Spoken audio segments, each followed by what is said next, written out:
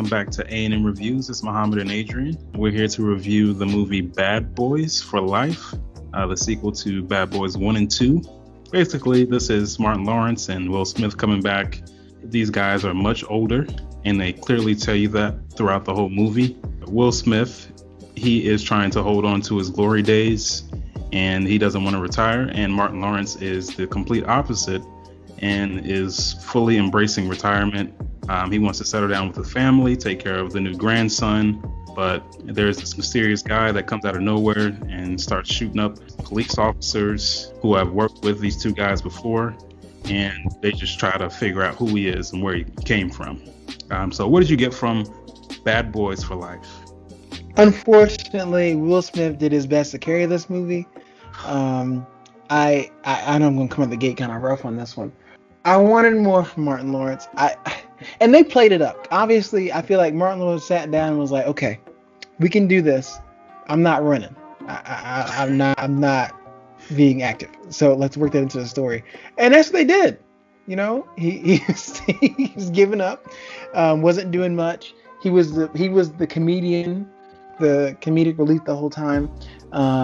So it felt a little like Will Smith meets Big Mama Martin Lawrence.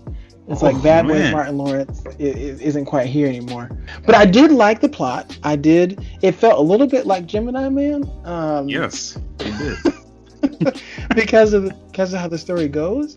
But I did like the plot. I liked the new characters they had, and it was watchable. It kind of felt like, for a second, I caught myself because I felt like it was like the cliches of buddy cop films. But it's like, well, they were like one of the original buddy cop films. So of course they're doing what they started.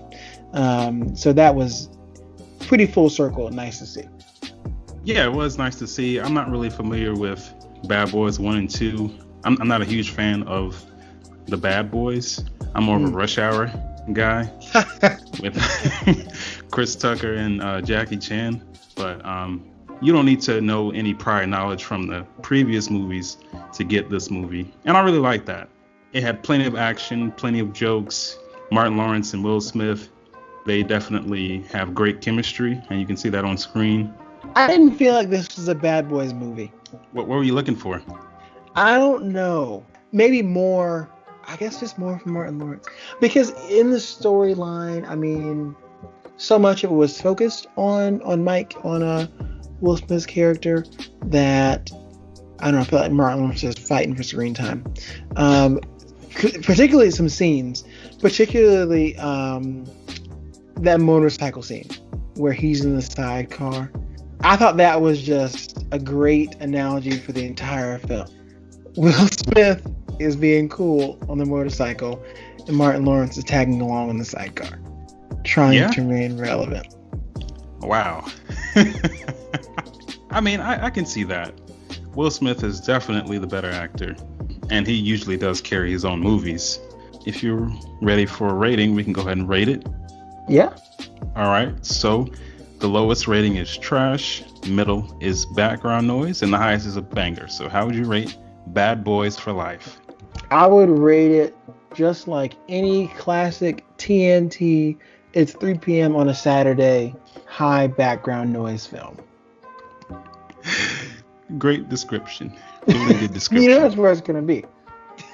Yeah, it is. It really will be. TNT marathon you didn't know was on, but you caught yourself watching anyway. And they'll play it 3 times in a row. Like, come on. All day long. They make sure you see it. But I'm going to agree. It's a high background noise for me. I kind of went in between a high background noise and a low banger, but this doesn't deserve a low banger. This isn't that good. I mean, it's enjoyable. It's a big blockbuster film. It really kind of takes you back to those early to mid 2000 summer movies, how they were the biggest movies at the time.